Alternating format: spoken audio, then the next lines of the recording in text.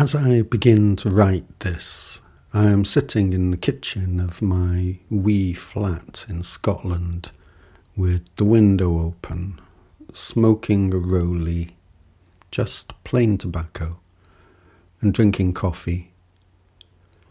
It's a fine day outside. There are some dirty dishes waiting to be washed. I don't have a single person in my life I feel I can talk to fully and openly about myself, who I feel I am and what kind of things matter most to me. As things are, I won't be meeting the rent next month, and I have no intention at all of applying for some minimum wage job out of pragmatism. And Sally, my higher self, has just told me to write another piece for you guys. I can mostly hear birds outside and my neighbour pottering about in her backyard. I had another filling at the dentist yesterday, and there's another one scheduled for May. It's a hit and miss affair when it comes to the sensitivity of the dentists who treat me, because I submit myself to the tender mercies of the student dentists, which means I don't have to pay anything, but I get a different student each time. These are a few mundane details of my life right now, and there are countless more. I am the eternal, and I have this great and glorious purpose of bringing foundational truth to humanity. And yet, here I am, living out all of these mundane details of daily life as a standard human being. And I know that you also, whether you are working on the checkout of a supermarket or are a Hollywood star, are living out the countless mundane details of your daily life as a standard human being too. Here I am, telling you that we are the eternal. Here I am, telling you that I am Jesus returned. And yet, these countless mundane details of daily life as a standard human being show no signs of abating. And I am not telling you that they are going to go away. I'm not telling you that I myself am going to make them disappear for you. And I'm not telling you that if you get it right and become some kind of ascended master, then you won't have to come back to this world of countless mundane details. You will have to come back. You will. And so will I. This is one of the things I say,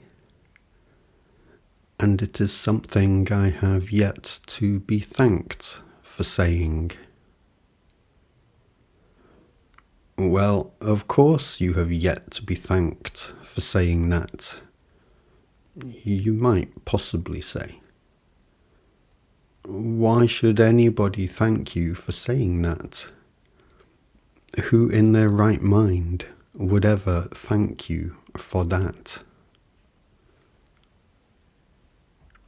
The eternal should thank me for saying that. And the eternal would thank me for saying that. if the eternal were in their right mind, you would thank me for saying that. If you were in your right mind as the eternal.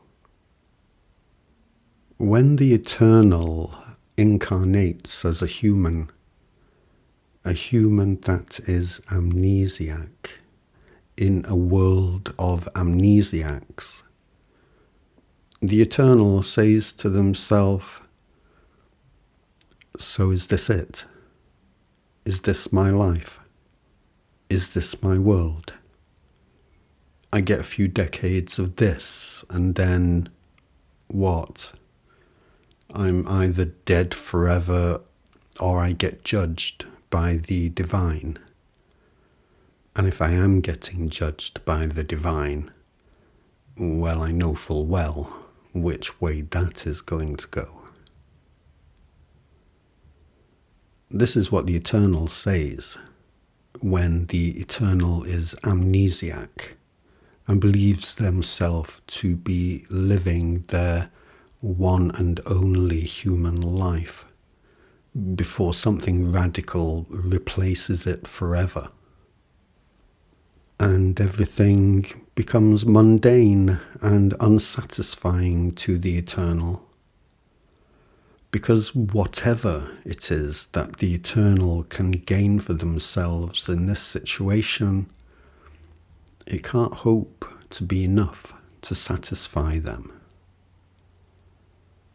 In this situation of being amnesiac that they are the eternal problem solves for the wrong problem.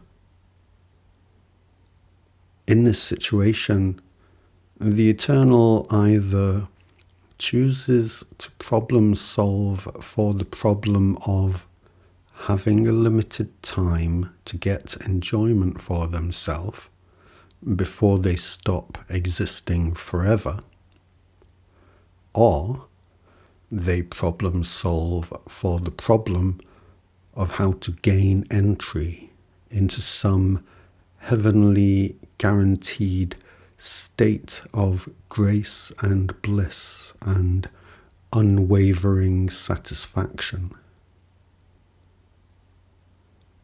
In both cases, this world of countless mundane details becomes a world that cannot satisfy, a world that endlessly disappoints. When the eternal is in their right mind, however, the eternal understands full well that anything that is guaranteed to never change for all eternity, no matter how pleasant or even orgasmic it may seem for the first few minutes or hours or whatever, is soon going to feel like hell, because it is guaranteed to never change ever again for all the rest of eternity. The eternal, when they are in their right mind, when they are problem solving for the real problem, which is being eternally conscious and eternally sensitive forever and ever and ever, arrives in this world of countless mundane details and says, yes, oh, thank fuck for that. Look at all these countless mundane details. Oh, I can do so much with this. So much variety. So much possibility, so much potential. Thank you so much, my darling eternity, for not being guaranteed to never change. What? I'm working on a checkout. How weird is that?